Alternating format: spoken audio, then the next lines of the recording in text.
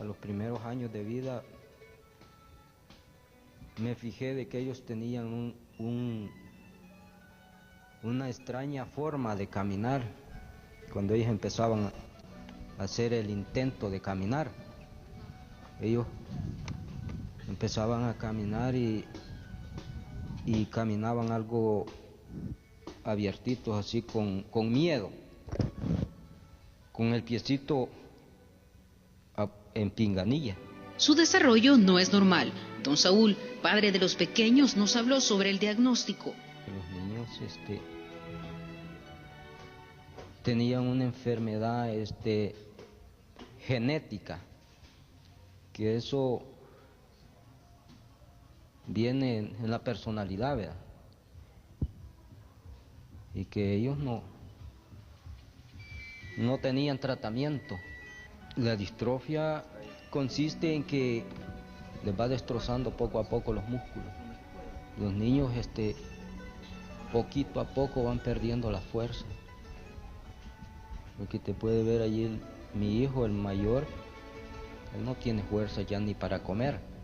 Para doña Gloria la situación cada vez es más difícil. Nosotros tratamos de hacer lo más que podemos. Ahí estamos todos los días, ¿verdad? Lo mismo, ahí llevándolos al baño, dándoles su comidita, haciéndoles su atol y cambiándolos, aseándolos todos los días. Ellos necesitan víveres, ropa, camas, 2 sillas de ruedas, además de un médico que les visita en Coatepeque, Santa Ana. Si el caso tocó su corazón y desea ayudarles, puede llamarles al 61-34-2220 o al 7199-9014. Con imágenes de Daniel Acevedo, Jacqueline Quijano, Noticias 4 Visión. Esse é um exemplo do tipo de trabalho que está sendo feito. Depois de todas essas missões que nós estamos executando um por um, a gente chegou a um ponto que já existem nossos contatos lá em El Salvador, que uma vez que a gente fecha os casos, eles vão e executam para a gente. Chegamos a conhecer, a ter contatos agora que nós conseguimos comprar cadeiras de roda lá a baixo preço, de lá mesmo, não precisa mandar mais daqui. Chegou a ponto do pessoal que fabrica camas, uma fábrica de camas, escutar da gente e oferecer que agora a gente paga preço de custo.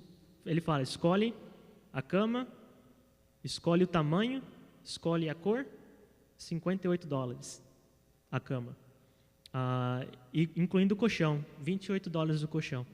Então, conforme mais casos nós vamos concluindo, mais recursos, mais maneiras de executar nós vamos tendo.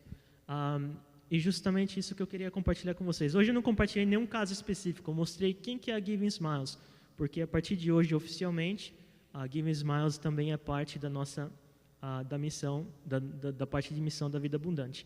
Isso significa que agora todos nós teremos acesso a essas informações, teremos acesso a poder ajudar financeiramente ou não. Como eu falei, outro caso, a minha irmã fez uma caixa, viu o vídeo, viu que eles necessitam cama, roupa, sapato.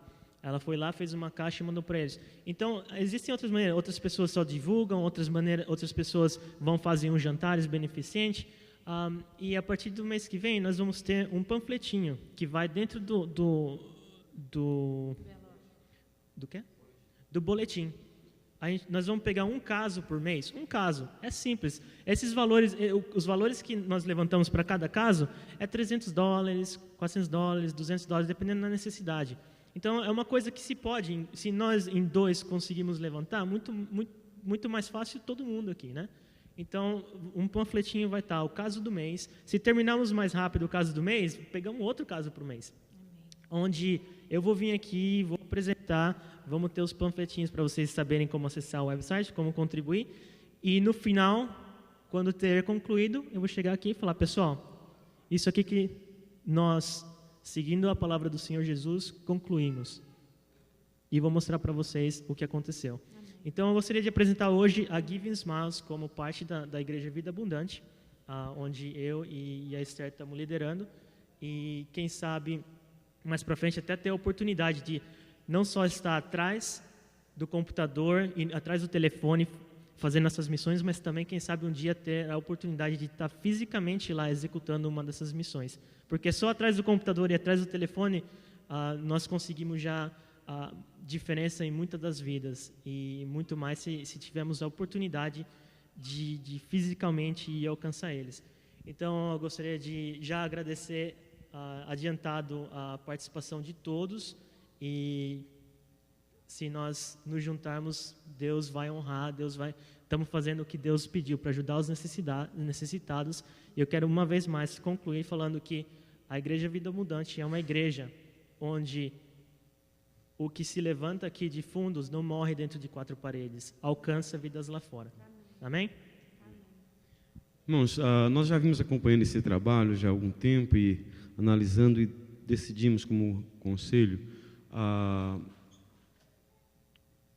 encampar esse trabalho, que em princípio tinha aí o André e a Esther. Esse trabalho não é só um trabalho de dar comida, de dar uma cadeira, é um trabalho de uma assistência espiritual. Lá tem uma equipe que presta essa assistência espiritual para essas pessoas, que leva o pão espiritual, que leva o alimento espiritual, que leva a palavra de Deus para essas pessoas, não é? Então, tem horas que eu fico pensando assim, sabe? Poxa vida, deixa eu abrir meu coração um pouquinho, irmão. Me perguntando assim: Senhor, será que nós não estamos levando o Senhor a sério? Será que a nossa igreja não está levando o Senhor a sério? A gente vê assim, parece que a igreja não deslancha como a gente gostaria que acontecesse, mas depois eu fico pensando, Deus está colocando as coisas nas nossas mãos para fazer, e o que importa é isso. Agora, eu gostaria que você entendesse que você faz parte dessa igreja, que esse trabalho é um trabalho seu. Quando você olhar para o seu filho saudável, pensa em tantas pessoas que não são e que poderiam receber um mínimo de alívio, não é? Então, a igreja Vida Abundante, ela arrecada muito pouco. A entrada da igreja, não estou aqui reclamando não, mas ela não dá para suprir tudo. Mas Deus tem sido tão generoso que tem dado graça para a gente fazer esses trabalhos, entendeu? E é uma tesouraria com transparência, tá? De 6 meses, prestando relatório, põe publicamente o balancete da igreja para quem quiser conferir. O tesoureiro está ali, qualquer momento mesmo que você quiser, por exemplo, saber da tesouraria de fevereiro, está à disposição de qualquer um membro da igreja. Então, é tudo muito assim, muito claro, entendeu, queridos? A gente tem procurado levar as coisas de Deus muito a sério, mas eu não sei, parece que quanto mais a sério você leva as coisas de Deus, parece que mais dificuldade você encontra, né? A gente vê casos aí de tanta gente que faz as coisas de qualquer jeito e parece que um negócio... Mas eu não estou aqui para reclamar, eu estou dizendo para você o seguinte, que você pode participar, né? E deve participar, porque isso é o trabalho que Deus colocou na minha mão e na sua mão para fazer. Amém? Falar nisso, Daniel, vem cá rapidinho fazendo um favor. Vamos colocar aí, Julião, me ajuda aqui também, divide aqui. Os homens, não para os homens, as mulheres quiserem, levante a mão também e pega. Nosso encontro de homens sábado que vem, vamos começar a trabalhar, cuidado, começar a trabalhar aí para distribuir o máximo que puder, convidar o máximo de homens. Lembre, sexta-feira eu preciso da relação. Aí, começa com esse aí. Aliás, o pai desse reclamou que não foi convidado semana da vez passada, já não vai reclamar mais, tá? Então, deixa ele, o Jacó, vai lá levar para o seu pai, que ele reclamou semana passada que não foi convidado. Então, semana que vem, nosso encontro de homens, nossa meta é ter 45 homens. Homens, vamos lá aí, vamos ver se a gente bate a nossa meta, tá bom? Próximo sábado, às 7h30. Já propus para os homens a gente mudar o cardápio, mas eu não sei porquê a Almaiada não quer mudar o cardápio, Daniel. Quer que seja cação. O tubarão é a moqueca de cação. Então você vai ficar responsável por pegar aí o cação e fazer. Próximo sábado, né? Nossa meta é chegar a 45 homens no sábado que vem. Tá, Jacózinho? Inclusive com seu pai. Tá bom? Não me deixe voltar com esses cartões, irmão, sozinho. Ajuda a distribuir. Agora, não fica com ele em casa, não. Leva e distribui alguém, convida alguém e ora por esse alguém que você convidar, tá ok? Lembrando da nossa assembleia quando é que está marcado no boletim? No dia 31, não é? nossa assembleia. E logo depois nós teremos um delicioso almoço. É importante a participação de todos na assembleia. Estaremos tratando a respeito da casa pastoral, não é? Aqui, dar as boas-vindas o Éder Santos. Éder, bem-vindo, Éder. Você é de onde lá no Brasil? Pode ir. De onde? São Paulo. Primeira vez que nos visita? Bem-vindo. Deus te abençoe, querido. Fique de pé, por favor. Esse jovem simpático aí.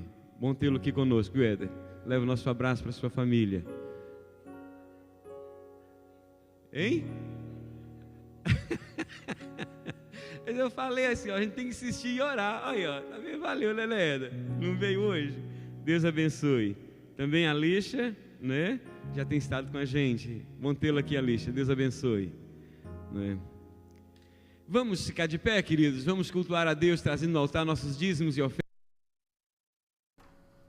A Bíblia fala que a gente deve fazer isso com alegria. Não é compensar, mas com alegria. Privilégio de poder contribuir na obra do Senhor.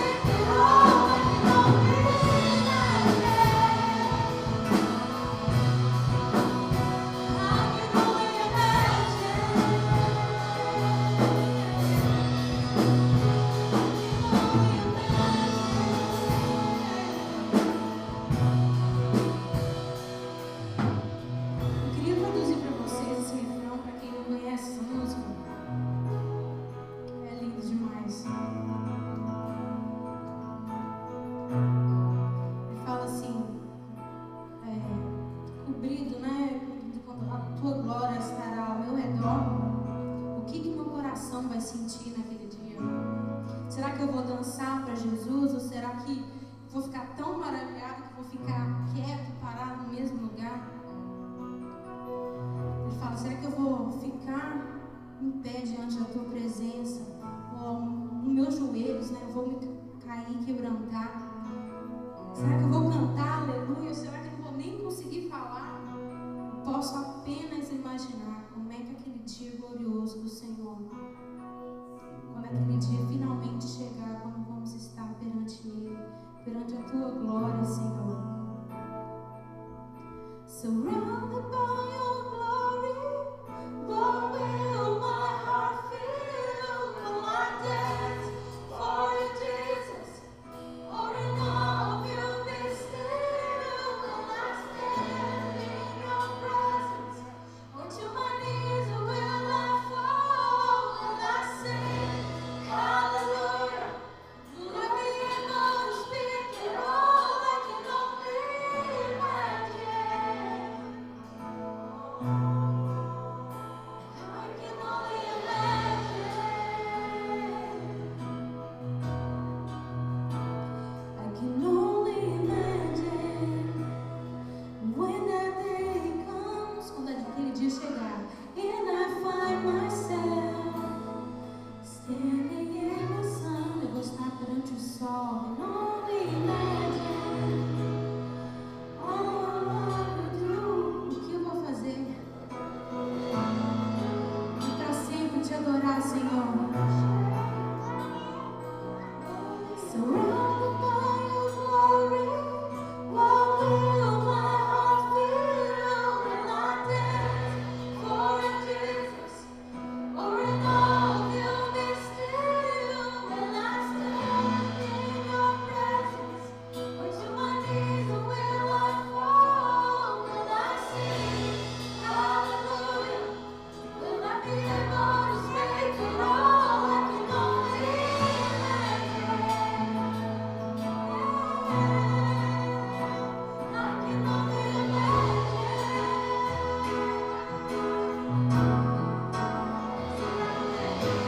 Surrounded by Your glory, what will my heart feel? Will I stand for You, Jesus?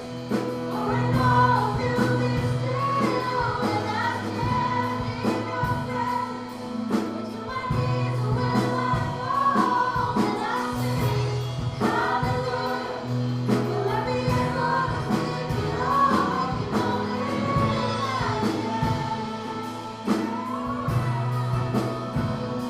can only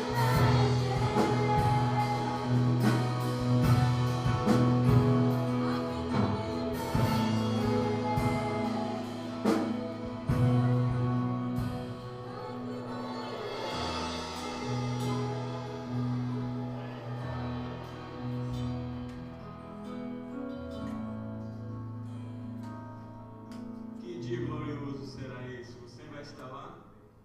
Você vai estar lá? Glória a Deus. Quer chamar as crianças aqui à frente? Querido, vai ser muito desagradável se você, depois desse tempo todo na igreja, poder estar em qualquer outro lugar, mas quem sabe ainda não tomou a decisão de entregar sua vida a Jesus. Não perca tempo. Aproveite enquanto há tempo. Senhor amado, recebe nossa adoração. A nossa gratidão pelo privilégio de ter sido alcançado por tão grande salvação. Se alguém que nos vê e nos ouve ainda não tem essa certeza, ó Deus, que possa fazer essa decisão ainda hoje, porque amanhã pode ser muito tarde. Que privilégio esse nosso. Aleluia. Pedimos ministrar o coração das crianças e ao nosso, de maneira que possamos ser edificados nessa noite. Em nome de Jesus. Amém. Deus abençoe, queridos. Abre comigo sua Bíblia no primeiro livro de Samuel, capítulo 25.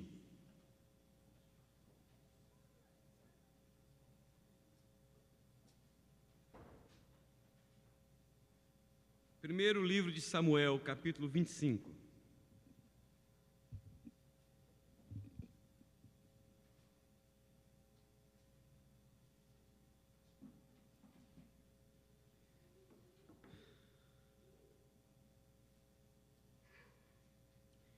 Eu vou fazer a leitura e os irmãos, por favor, acompanhem suas Bíblias e deixem suas Bíblias abertas até que a gente chegue ao final da mensagem.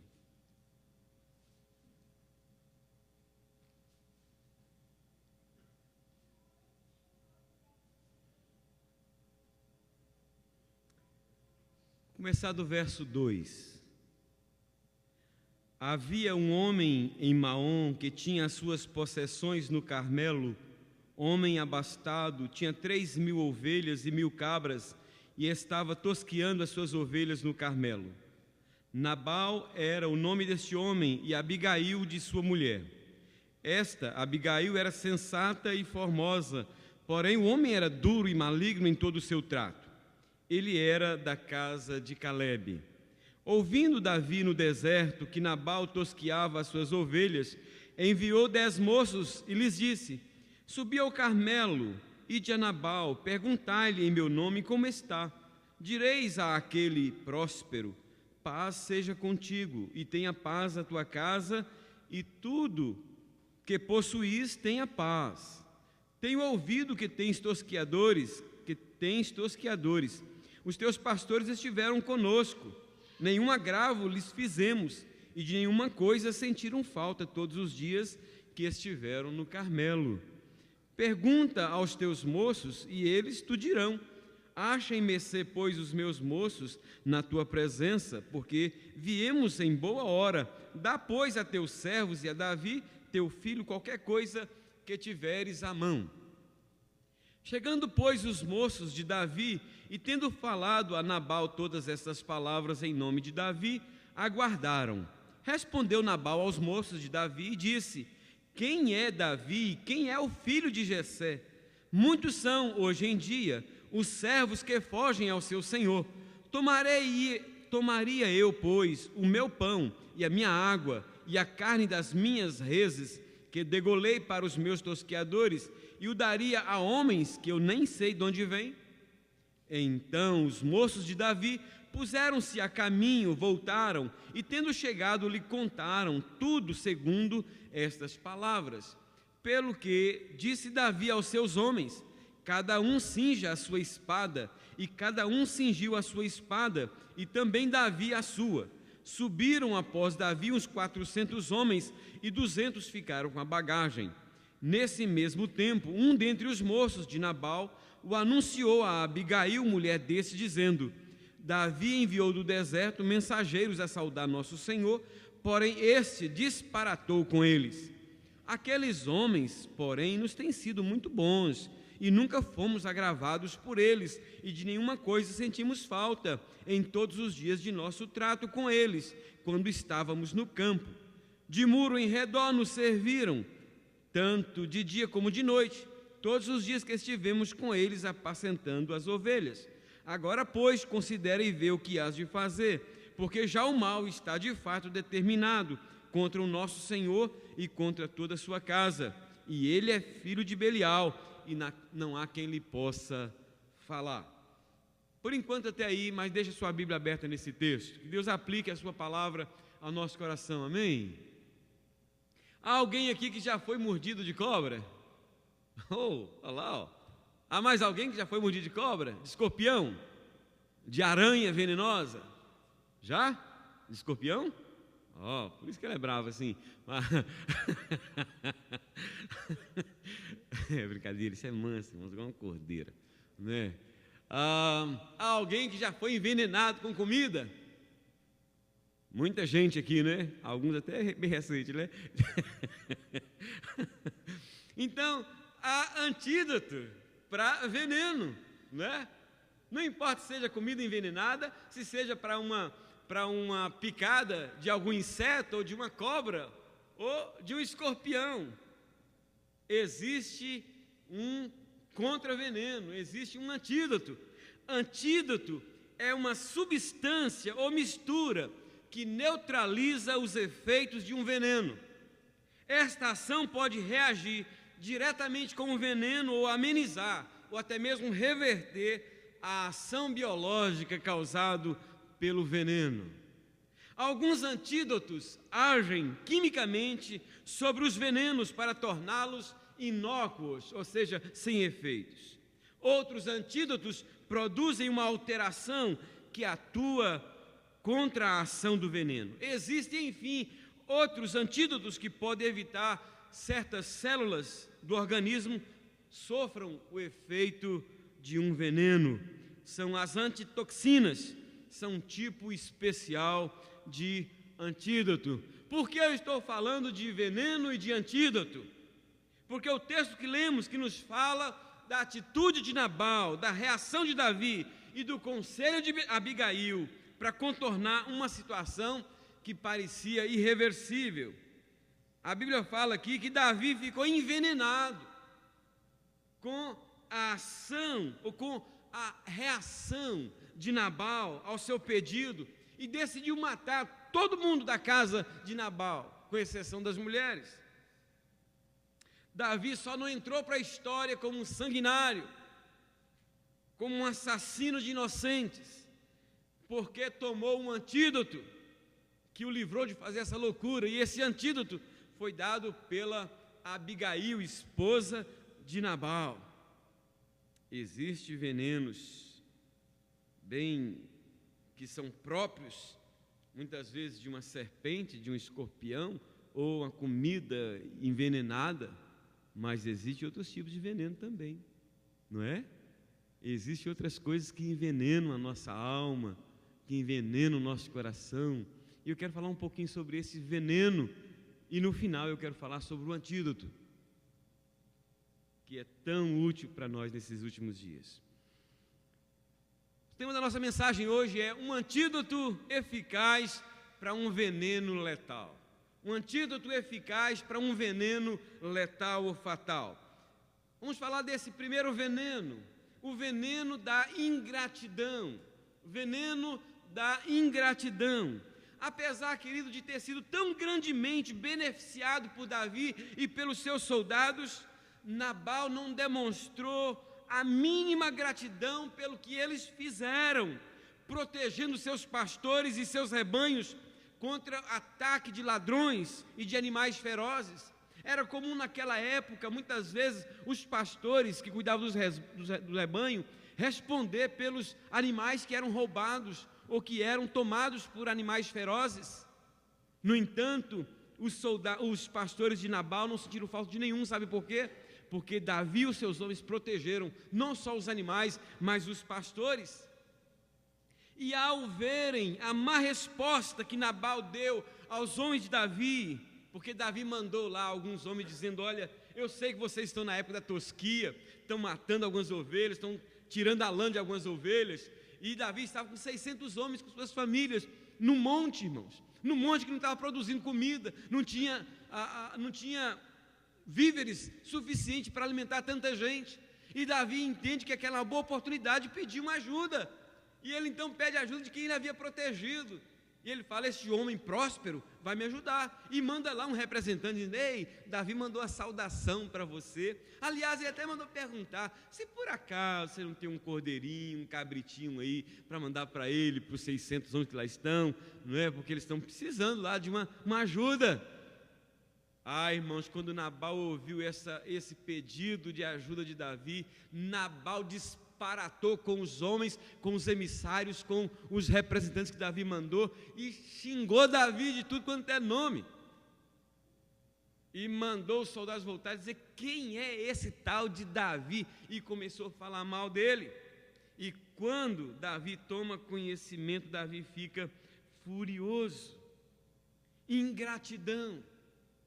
Ingratidão é a atitude de quem não reconhece o bem que lhe foi oferecido, nem a ajuda que lhe foi concedida. A ingratidão é algo que agride tanto ao que praticou o bem, que certa vez, depois de curar 10 leprosos, irmãos, imaginou o que é isso? Você ser curado de uma lepra, não é de uma simples coceirinha, não, que você passa uma pomada antimicótica e resolve o seu problema. Não é com uma dorzinha de cabeça que você toma um Talenol e que resolve o seu problema. Não é com um problema de estomacal que você toma aí um Sonrisal e resolve o seu problema. Leproso, lepra, um homem está condenado à morte e morrendo, se desfazendo. 10 homens são curados e 9 desaparecem no capinado. Desculpa a expressão. Como é que o Rodrigo vai traduzir isso aí, né? E 9 desaparecem lá, e apenas um volta. E Jesus, irmão, sensibilizado com aquela atitude, não apenas do 1, mas dos 9, e pergunta: não eram 10 os que foram curados? Onde estão os outros 9? E eu fico pensando que até hoje Jesus está a perguntar: onde estão os 9? Meu irmão, permita-me lhe perguntar nessa noite, a você que está aqui hoje e a você que nos acompanha via internet: será que você não faz parte do grupo dos 9? Que tem deixado de agradecer não apenas a Jesus, mas também a outros que o têm abençoado das maneiras mais diversas. Lembre-se, mas lembre-se sempre, você não chegou onde chegou sem a ajuda de Deus e de outros que talvez já caíram no esquecimento, outros que talvez não estão tão bem quanto você está, e que talvez está precisando de uma mão, de uma ajuda, de um socorro, mas você já não se lembra mais dessas pessoas que um dia te estenderam a mão, que um dia te ajudaram. Ao longo dos anos, queridos, eu tenho descoberto que há várias maneiras de ser ingrato, e uma delas é encolhendo a mão e fechando o coração para o que o ajudou. Outra maneira de ser ingrato é silenciando os favores recebidos, como se não os tivesse recebidos, ignorando o que o ajudou. Parece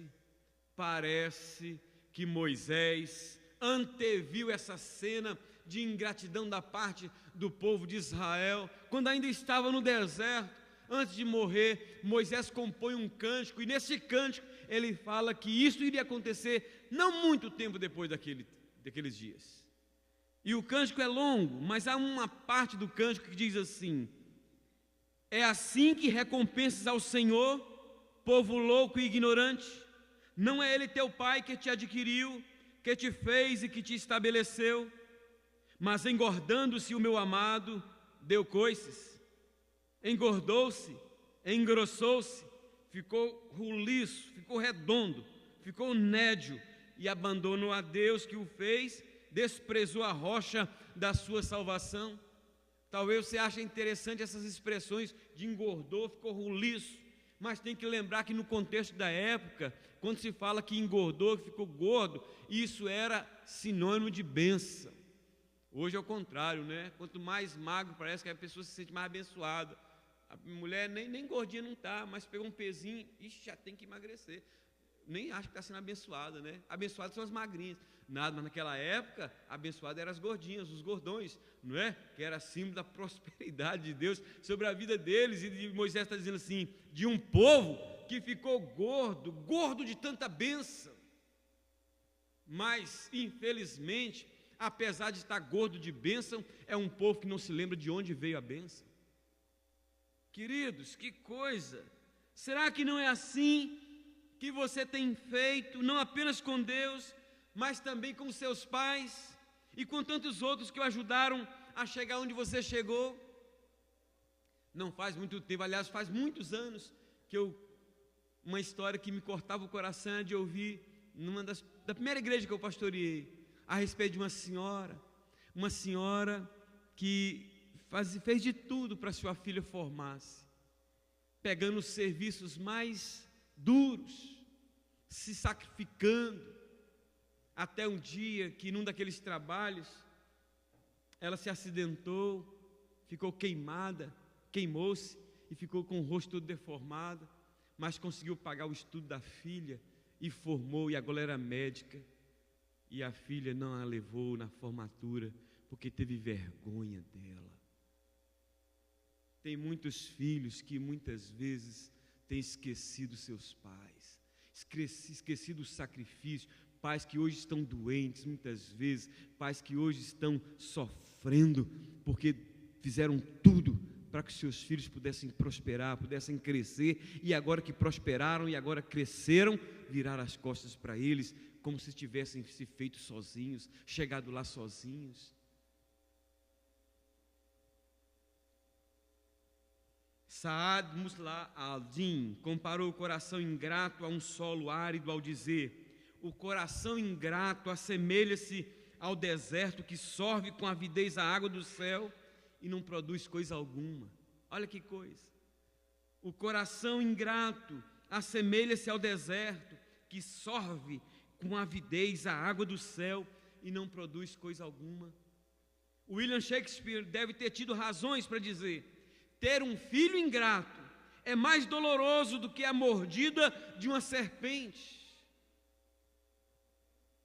Ter um filho ingrato é mais doloroso que a mordida de uma serpente.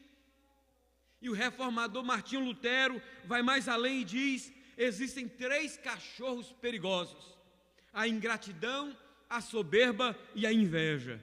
Quando mordem, deixam uma ferida profunda.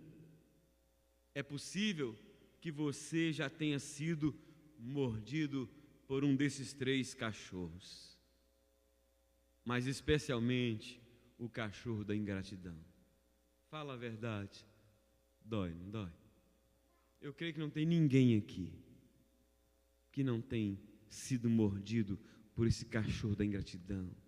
Você se desdobra, você muitas vezes abre mão de você mesmo, de seus próprios benefícios, para servir alguém. Daqui a pouco essa pessoa simplesmente vira as costas para você e te ignora no momento que mais precisa de ajuda.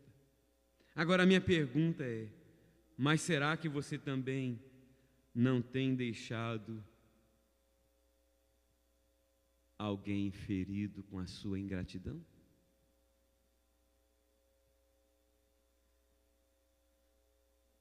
Um antídoto eficaz para um veneno letal. Segundo veneno, a raiva. A raiva.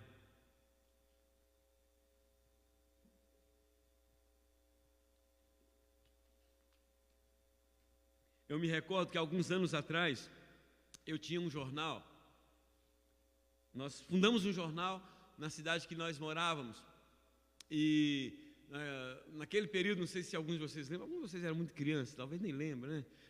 Sai uma doença no Brasil chamada cólera, e aquilo se alastrou e muita gente foi acometida dessa cólera, e eu então coloquei assim no jornal, na cabeça, no artigo principal, não é? A cólera está matando em nossa cidade, várias pessoas já morreram, e naqueles dias, pessoas bem ligadas a mim, famílias ligadas à nossa igreja, tinha acontecido várias cenas de morte, de um matando o outro, e coloquei: cólera mata nossa cidade. E naquela época eu lembro que alguns médicos ficaram assim, porque achou que logo no começo, achando que era a doença da cólera, porque o prefeito dizia que estava erradicando a cólera, e eu coloco lá que a cólera estava alastrando em nossa cidade, e eles só viram o título do artigo e ficaram um pouco chateados. Disse: leia pelo menos o artigo, infeliz, para você saber do que se trata, não é? E na verdade eu estava falando da cólera chamada raiva, isso que a gente sente às vezes dentro da gente, não é? Que dá vontade de torcer o pescoço de alguém. Ou se você nunca teve isso. Olha, o pastor Davi assim, tão calmo, acho que ele nunca teve isso não. Raiva, segundo veneno chamado raiva. Ao receber o relatório da parte dos homens que Davi mandou levar o seu pedido a Nabal, ao ouvir o que ele fez, e especialmente o que Nabal falou a seu respeito, Davi foi tomado, irmãos, de uma raiva tão grande, mas tão grande, que o seu primeiro desejo foi o de matar, não apenas Nabal, mas todos os homens da casa dele, não importa se é da família ou não, que estivesse na casa dele, seriam mortos. Eu concordo com o psicólogo Cris de Almeida, quando ele diz que a raiva é sempre, e eu só coloquei em parênteses, entre aspas, ou entre colchetes, não é? Eu diria quase sempre, a gente dá uma aliviada aí, a raiva é sempre, eu diria quase sempre, causada pelas expectativas que depositamos no outro e não por culpa de alguém. A raiva é sempre fruto de um desejo que não se cumpre. De alguma maneira, foi isso que aconteceu com Davi. Ele colocou as suas expectativas no homem que ele achou que iria corresponder ao bem que ele havia feito a ele, o que não aconteceu. Embora Davi não tenha agido do jeito que agiu por interesse, ou seja, Davi não cuidou daquele rebanho, Davi não cuidou daquelas pessoas, simplesmente pensando, eu vou fazer isso para depois receber algum benefício dele depois. Não, Davi não fez simplesmente porque estava lá e ele achou por bem protegê-los. Agora, quando Davi recebe os maus tratos em pagamento do bem que ele havia feito, ele ficou furioso e por muito pouco, não comete um ato bárbaro. Irmãos, a raiva tem levado muitos a fazerem coisas que jamais fariam em controle das suas emoções. Se você visitar alguns presídios, vai encontrar mais do que alguns prisioneiros atrás de umas barras de ferro.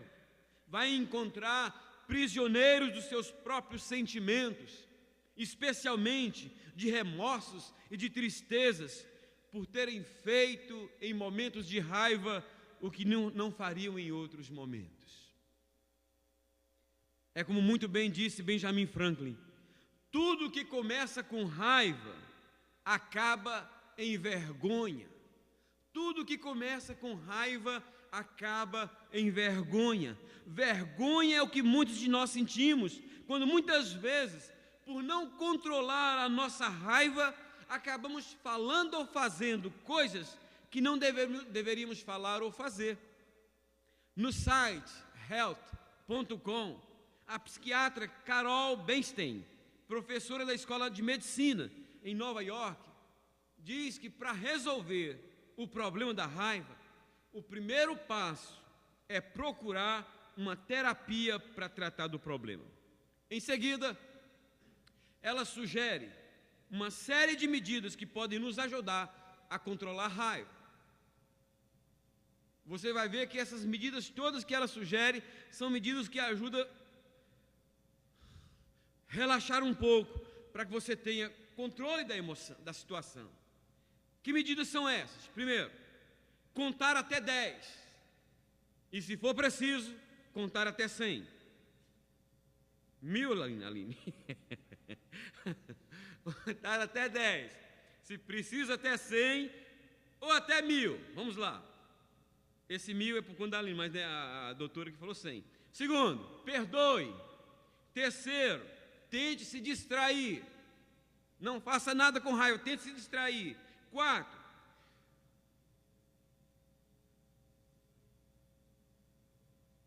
respire profundamente. 5, não negue que está irritado. Mas você está com raiva. Eu não estou com raiva, você está assim. Eu já falei que eu não estou com raiva. Não negue que você está com raiva. 6, escreva sobre o problema. Por que você está com raiva? Escreve aí. 7, não faça tempestade em copo d'água. Irmãos, tem vezes que a gente faz tempestade, é tão pequena, a gente, né? 8, faça exercícios. 9, pratique a compaixão. 10, não envie e-mail para ninguém.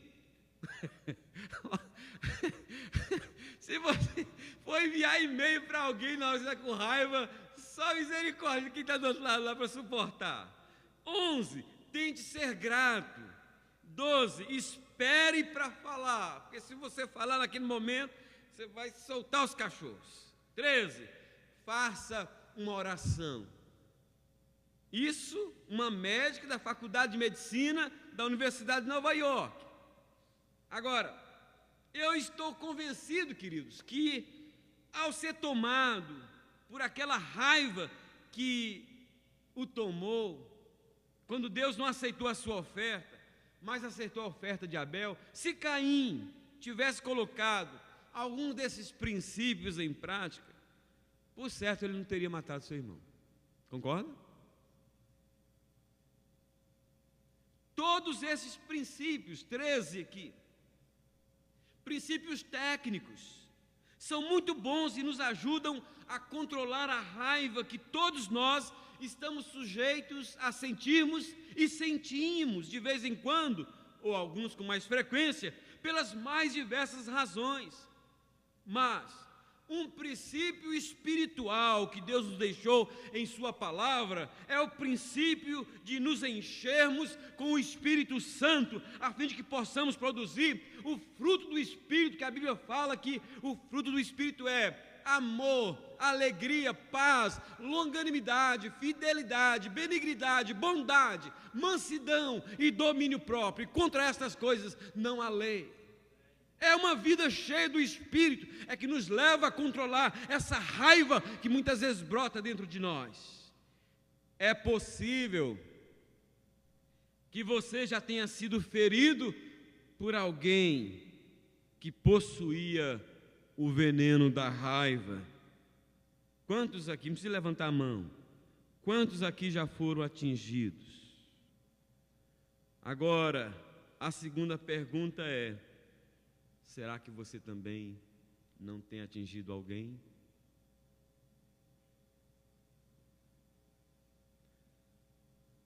Um antídoto eficaz para um veneno letal. Terceiro veneno, veneno da vingança,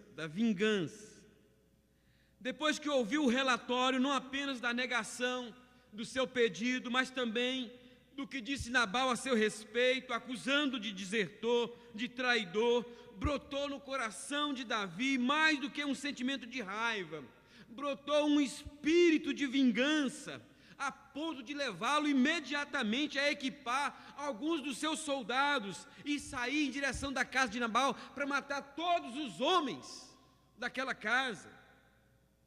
Vingança é isto, é a tentativa de retribuir na mesma medida ou acima dela o mal recebido, tendo o ódio como motivação principal. A vingança é a punição do suposto agressor com as próprias mãos. De alguma maneira, todos nós somos assaltados por este espírito quando somos prejudicados por alguém, especialmente quando esse alguém foi alguém que antes recebeu o bem da nossa parte. Porque temos esse desejo de vingança?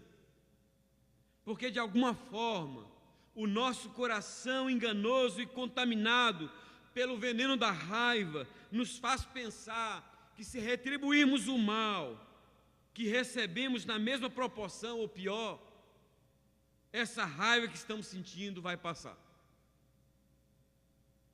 Dentro do nosso coração se forma um conceito, da nossa mente se forma uma ideia de que, se nós vingarmos o mal que nos foi feito, nós vamos nos sentir aliviados daquele fardo que naquele instante está sobre nós. Creio que aqui cabe bem uma frase que li sobre vingança que diz: você quer ser feliz por um instante? Vingue-se. Você quer ser feliz para sempre? Perdoe. Alguém comparou a vingança como uma cobra de duas cabeças e diz: enquanto você vê seu inimigo cair, está envenenando a si mesmo. Não fosse Abigail, a esposa de Nabal, uma mulher sábia e sensata, Davi teria levado adiante o intento do seu coração. Foi ela quem aplacou não apenas a sua ira, mas também o seu espírito de vingança. Foi ela quem o conscientizou que o que ele estava querendo fazer era insano. Foi ela quem o convenceu a não fazer aquilo que ele estava determinado a fazer. Olha que está no versos 23 em diante. Vendo, pois, Abigail a Davi, apressou-se, desceu do jumento, prostrou-se sobre o rosto diante de Davi, inclinando-se até a terra, lançou-se-lhe aos pés e disse: ah, Senhor meu, caia a culpa sobre mim, permite falar a tua serva contigo e ouve as palavras da tua serva.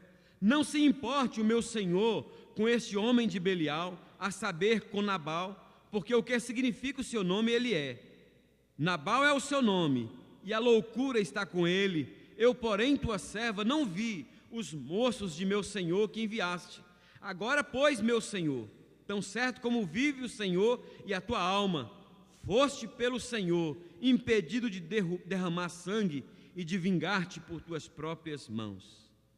Como é que Abigail convenceu Davi a não vingar o mal que recebeu da parte de Nabal?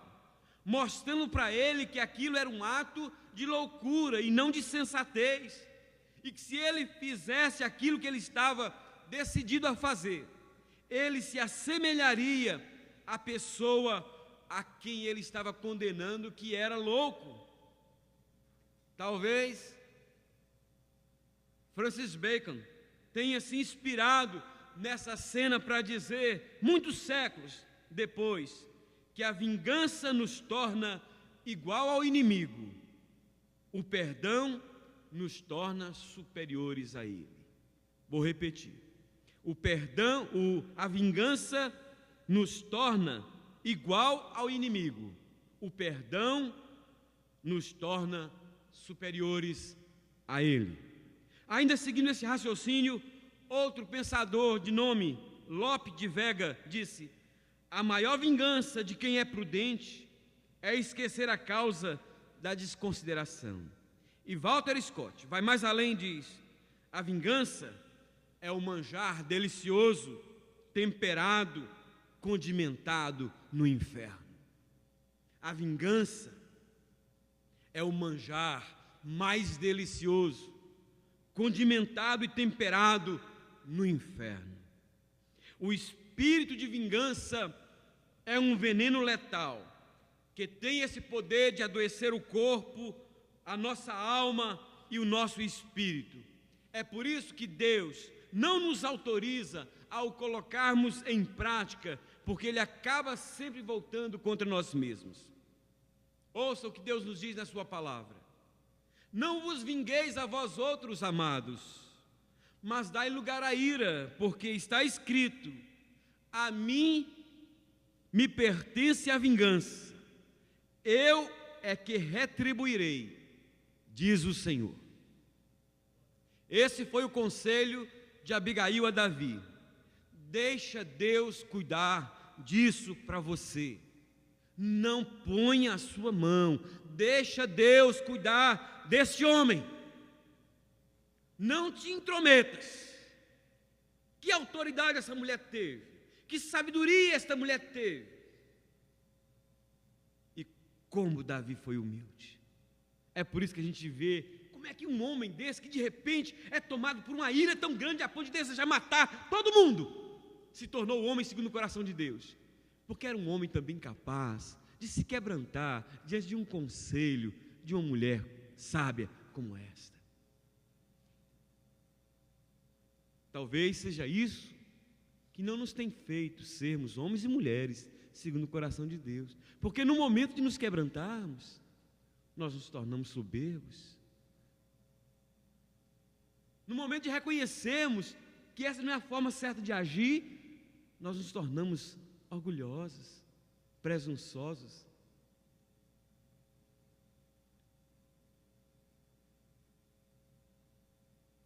Depois de dar este conselho, Abigail o convida a olhar para frente, mostrando que quando ele se tornar o rei de Israel, vai se arrepender de ter rebaixado tanto, derramando o sangue de um tolo que na sua loucura o provocou e o fez mal.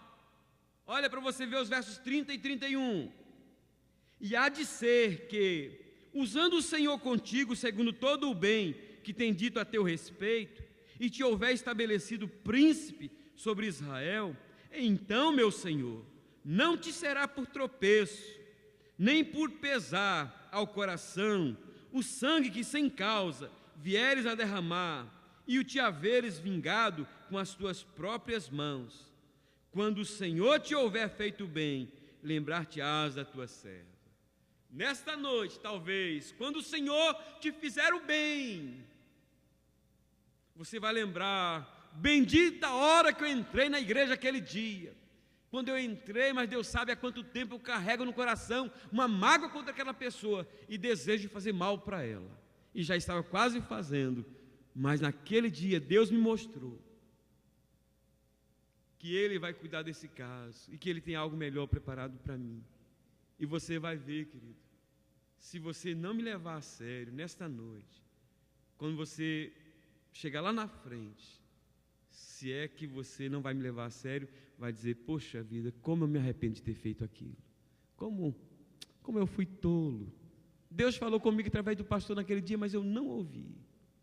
Mas não vai ser assim que você vai ouvir, não vai? Você não vai fazer isso em nome de Jesus, porque Deus tem algo melhor para você. Quando Nabal morreu, Davi reconheceu isso. Olha que está aí nos versos 36 em diante. Voltou Abigail a Nabal, e eis que ele fazia em casa um banquete, como um banquete de rei. Não é assim? Parece que aquelas pessoas que nos magoam, que nos ferem, que nos humilham, parece que elas estão sempre crescendo, né? E a gente fica lá. Quando se compara Davi nesse momento, não teve nenhum cordeiro, nenhuma ovelha para comer lá, com fome. E esse miserável aqui, cheio de comida, jogando comida fora, fez um banquete igual o banquete de um rei. Quem é que se sente bem nesse momento, querido? Quando você olha para essas pessoas que te prejudicam e parece que elas estão prosperando, parece que está indo de bem a melhor, né, pastor? E você fica: meu Deus, será que está valendo a pena eu procurar levar essas coisas do Senhor a sério? Será que está valendo a pena, Senhor? Olha esses miseráveis, tudo crescendo, e eu aqui cada vez na pindaíba terrível, cada vez na pior. Vou ler o resto da história. Um banquete como um banquete de rei. O seu coração estava alegre, e ele já muito embriagado, pelo que não lhe referiu ela coisa alguma, nem pouco nem muito, até o amanhecer. Pela manhã, estando Nabal já livre do vinho, sua mulher, que ele deu a entender aquelas coisas, e se amorteceu nele o coração, e ficou ele como pedra. Passados uns 10 dias, feriu o Senhor a Nabal, e ele morreu. Agora, olha a reação de Davi. Ouvindo Davi que Nabal morrera, disse: bendito seja o Senhor, que pleiteou a causa da afronta que recebi de Nabal, e me deteve de fazer o mal, fazendo o Senhor cair o mal de Nabal sobre a sua cabeça. Vale ou não vale a pena confiar no Senhor? Colocar sua causa nas mãos do Senhor? Vale a pena. Meu irmão, pare agora para refletir e pense se esse conselho que Abigail deu a Davi não é o conselho que Deus tem para você nesta noite. Verdadeiramente, eu não sei absolutamente nada que está passando no seu coração, ou que já aconteceu com você, mas quem sabe de vez em quando brota isso na sua alma. Quem sabe você vem há vários dias, semanas, meses e até anos alimentando esse espírito maligno de vingança em seu coração, como fez Davi por Nabal, como fez Esaú por Jacó. Esaú alimentou esse espírito de vingança 21 anos. O meu pai vai morrer e eu vou matá-lo. Meu pai vai morrer e eu vou matá-lo. Aquele miserável vai vir comigo. 21 anos. Esse homem deixou de viver. Ele perdeu a fase mais bonita da vida dele, só pensando no mal que Jacó fez para ele. Talvez esteja acontecendo com você. Você está perdendo os melhores dias da sua vida, deixando esse veneno adoecer sua alma. Minha pergunta para você nesta noite é: será que vale a pena deixar de viver melhor agora, pensando no mal que alguém te fez há tanto tempo atrás? Eu quero concluir essa mensagem. Durante todo o tempo dessa mensagem, eu falei sobre o veneno da ingratidão, o veneno da raiva e o veneno da vingança. Mas eu quero concluí-la falando do antídoto que é capaz de combater todos esses venenos, lendo os versos 32 a 35. Então Davi disse a Abigail: Bendito o Senhor, Deus de Israel, que hoje te enviou ao meu encontro. Bendita seja a tua prudência, e bendita sejas tu mesma, que hoje me tolheste de derramar sangue, e de que por minha própria mão me vingasse. Porque tão certo como vive o Senhor, Deus de Israel, que me impediu de que te fizesse mal, se tu não te apressaras e me não vieras ao encontro, não teria ficado a Nabal até o amanhecer, nenhum sequer do sexo masculino. Então Davi recebeu da mão de Abigail o que essa lhe havia trazido e lhe disse: Sobe em paz à tua casa. Bem vês que ouvi a tua petição, e a ela atendi.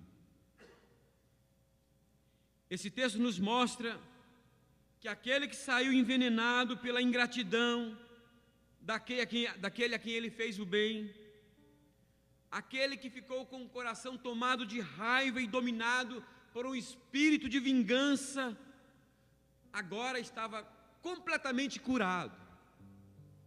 Completamente curado. Aquele homem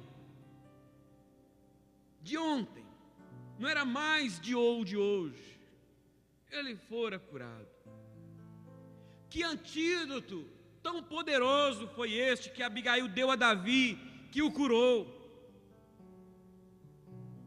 O antídoto da gratidão, do perdão e do bom senso.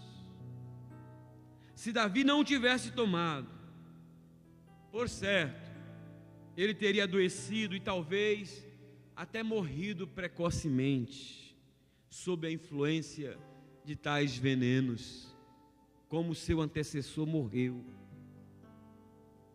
Será que você não está precisando tomar desse antídoto hoje? Como Abigail, eu estou aqui para fazer o mesmo que ela fez naquele dia.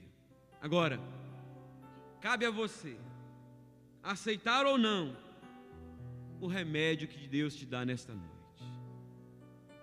O que você vai fazer? Quando eu estava pesquisando um pouquinho sobre antídoto e sobre veneno, eu achei muito interessante a informação que veio em forma da seguinte advertência: caso você tenha sido envenenado,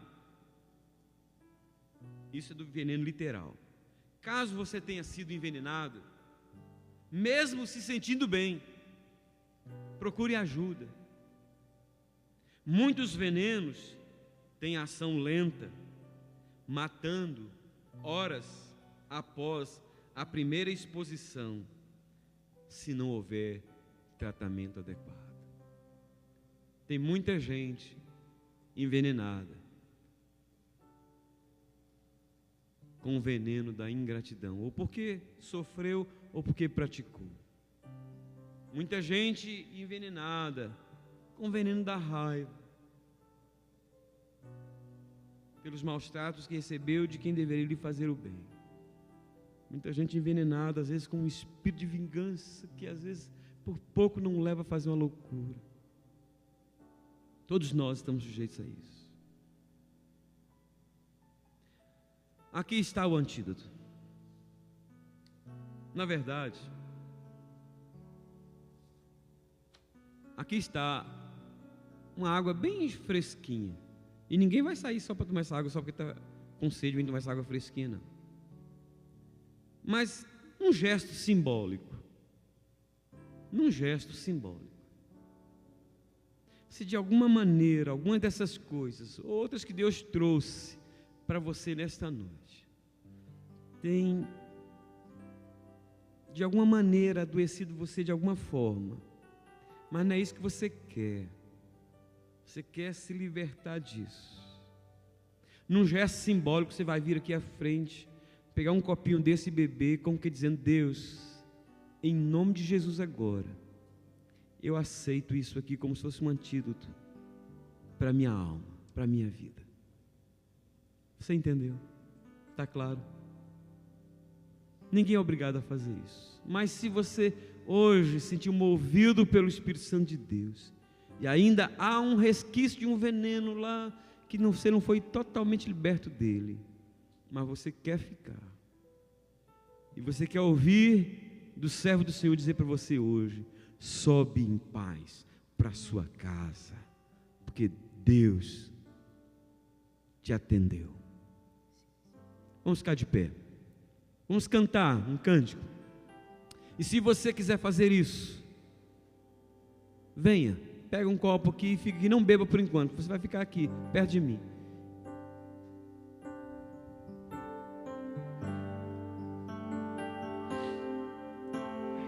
Dá-me um coração igual ao teu, meu mestre. Dá-me um coração igual ao teu, coração disposto a obedecer,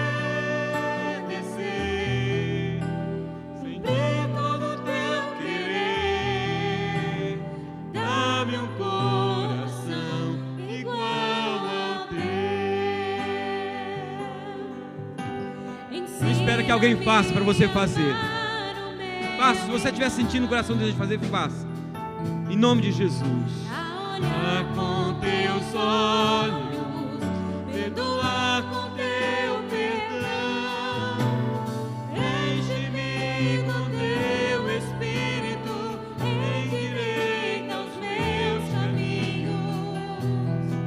Ó Deus, dá-me um novo coração, enche-me com teu Espírito, endireita os meus caminhos. Ó Deus, dá-me um novo coração. Dá-me um coração igual ao teu, meu mestre.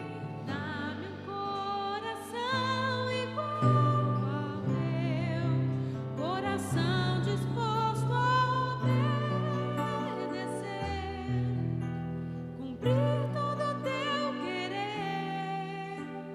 Dá-me um coração igual ao teu. Senhor, obrigado pela tua palavra. Deus, esses irmãos tiveram coragem de vir aqui à frente. Eles têm apenas um copo d'água em suas mãos, mas simbolicamente eles estão declarando publicamente diante dos demais irmãos que aqui estão, diante de ti e diante dos seus acusadores do inferno, que eles tomam esse antídoto simbolizado e representado nesta água, como pessoas que querem ser totalmente curadas, e que o Senhor possa dizer para elas nesta noite o que disse através do teu servo Davi há tanto tempo atrás a Abigail: sobe em paz para sua casa, e que já neste momento eles sintam o alívio do efeito deste antídoto sobre aquele veneno que ainda os entristecia de vez em quando, em nome de Jesus. Amém e amém. Beba esse antídoto, querido, pela fé, em nome de Jesus, e sobe em paz para sua casa. Que Deus te abençoe. Que a graça maravilhosa do nosso amado Senhor e Salvador Jesus Cristo, o amor de Deus, nosso eterno Pai, a doce comunhão, a consolação, o poder do Espírito Santo, seja com todos nós, irmãos, com todo o povo de Deus na face da terra, hoje e para sempre. Amém e amém. Deus abençoe. Dê um abraço ao seu irmão que está ao seu lado. Desejo uma semana abençoada, em nome de Jesus.